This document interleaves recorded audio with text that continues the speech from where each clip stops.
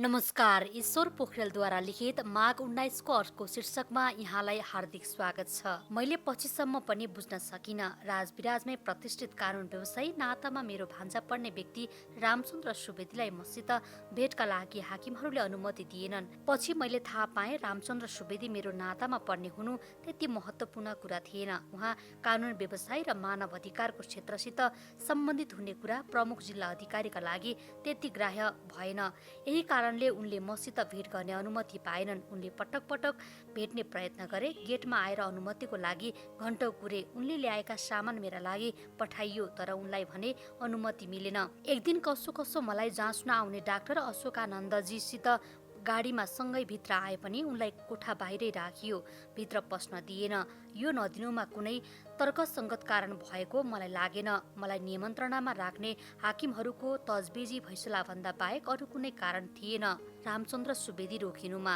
सिङ्गै मुलुक नै राजाको हुकुममा बन्दी भएको बेला यहाँका हाकिमहरूले पनि त्यहाँको शरण गर्नु कुनै अनौठो कुरा थिएन। जस्तोसुकै अपराधीलाई पनि उसले इच्छाएको कानुन व्यवसायीसित भेट गर्न तथा कानुनी उपचारका लागि आवश्यक परामर्श गर्न पाउने अकुण्ठित अधिकार हुन्छ। तर राजाको प्रत्यक्ष शासनमा त्यो अधिकारबाट समेत मलाई वञ्चित गरियो। मलाई पछिसम्म पनि अचम्म लागिरह्यो। सर्वोच्च अदालतमा दिएको बन्दी प्रत्यक्षीकरणको रिटको प्रसङ्गमा समेत रामचन्द्र सुवेदीजीसँग भेट पाउन मैले बहुतै सकस खेप्नु पर्यो। अघिल्लो राति घनघोर आँधीहुरी र वर्षाका कारण सफा देखिएको एक बिहान मेरा आदरणीय भिनाजु मनुप्रसाद पौडेल मलाई भेट्न आइपुग्नु भयो। दिवा सेवाको बसबाट काठमाडौँदेखि राति मात्र राजविराज आइपुग्नु भएका भिनाजु त्यस रात एउटा लजमा बिताएर बिहानै आइपुग्नु भएको थियो। अनेक हल्ला तथा आशंकाका बीच मेरो स्थिति बुझ्न र रिहाईको सम्भावनाबारे कुरा गर्ने योजनाका साथ उहाँ आउनु भएको रहेछ।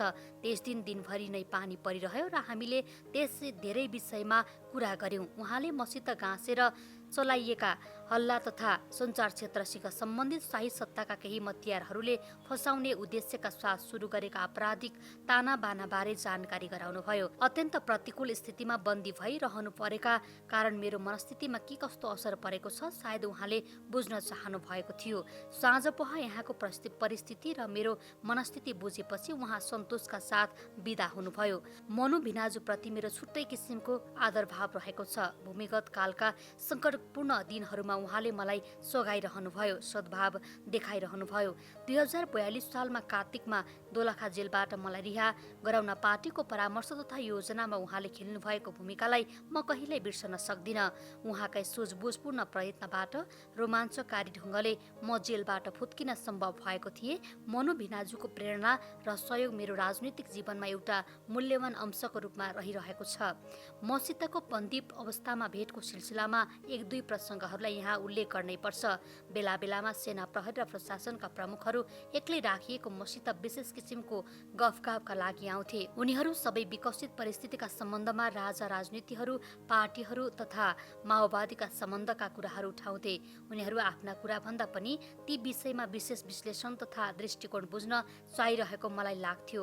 उनीहरूको जे जस्तो आशय होस्, मैले ती विषयमा आफ्ना विचार राख्ने कुरामा अलिकति पनि पर्दा लगाइरहनु आवश्यक ठानिन।